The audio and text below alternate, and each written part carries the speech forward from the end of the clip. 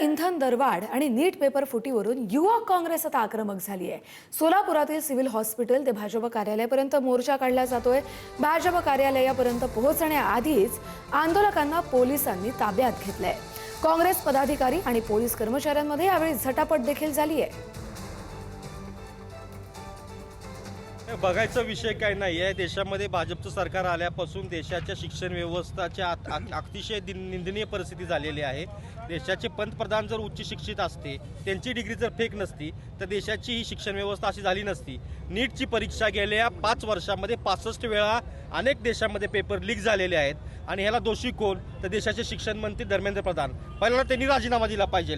या देशाच्या 22 लाख विद्यार्थ्यांची माफी मागितली पाहिजे, त्यांच्या 44 लाख पालकांची माफी मागितली पाहिजे। देशाच्या पंतप्रधानांनी ह्यामध्ये हस्तक्षेप केला पाहिजे। फॉरेन टूर करण्यापेक्षा 22 लाख देशाच्या उच्च शिक्षित विद्यार्थ्यांचा जर तुम्ही वेठी धरत असाल तर त्याचा आम्ही निषेध करतो। आज सोलापूरचे खासदार माननीय प्रणिताई शिंदे यांच्या मार्गदर्शनाखाली महाराष्ट्राच्या प्रदेशचे आमचे युवकचे अध्यक्ष शिवराजदादा मोरे, पश्चिम महाराष्ट्राचे प्रभारी प्रथमेश जामनावे यांच्या नेतृत्वाखाली आज सोलापूर शहर युवक काँग्रेसच्या वतीने आज देशभरामध्ये पेट्रोल डिझेलचे दरवाढ झालेले आहेत। आपल्याला माहीत असेल 22 लाख विद्यार्थ्यांना अंधारात ठेवून या नीट परीक्षेचे पेपर फुटलेले आहेत आणि आपल्याला माहीत असेल सोलापूरच्या खासदार प्रणिताई शिंदे यांच्यावर वारंवार हे पालकमंत्री जयकुमार गोरे आक्षेपार्ह वक्तव्य करतात। या निषेधार्थ आम्ही युवक काँग्रेसच्या वतीने भाजपच्या कार्यालयावरती ताईनात आंदोलन करीत आहोत।